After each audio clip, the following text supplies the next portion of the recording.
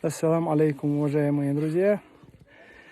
Сегодня я решил посмотреть, что у нас в горах. Тут давно уже не был в горах. И вот с моим дорогим братом Хизиром прогулялись, как говорится, местность, которая называется у нас Терхи. Это очень исторически значимая местность была.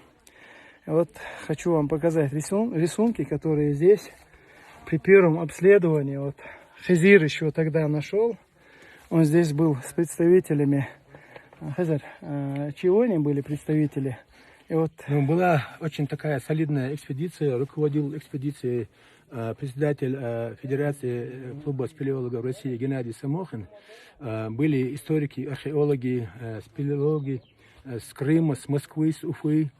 И вот представительница Московского государственного университета взяла отсюда анализ материала.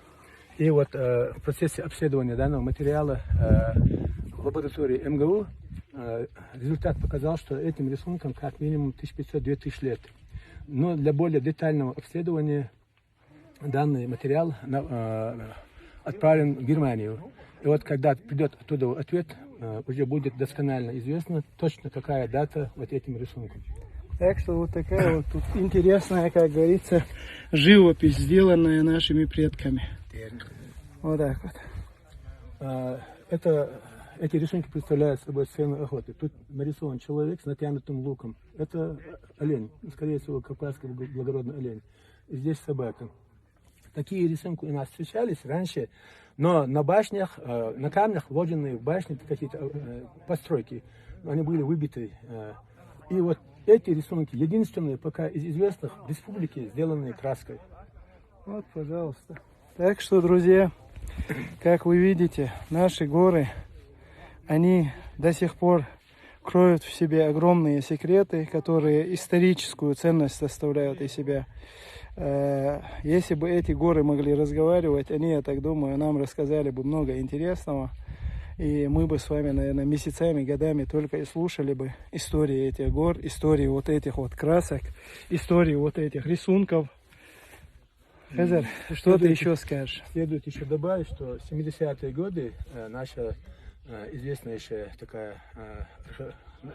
археолог Резеда Даудова была здесь. Она побывала здесь. И вот сделала зарисовки, фотографии. Но вот с тех пор не было ни одной публикации. Я по-любому не находил нигде. И вот с тех пор, с 70-х годов по 17-й год, про эти рисунки никто не знал.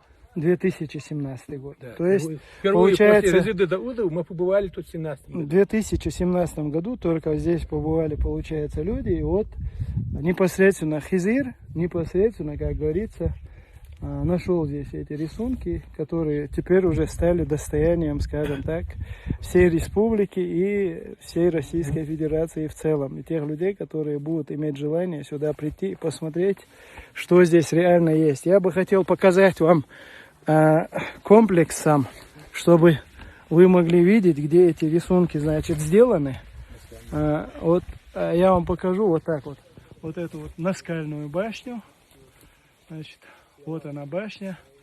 Там наверху, если вы видите, вот она пещера над этой башней была. Значит, здесь, по сути своей, получается, был огромный комплекс. Вот там вот у нас, получается, остатки боевой башни, которая вот она была. Вон она, вы ее видите. Вот, получается, здесь вот такой был комплекс с пещерами, с наскальными рисунками.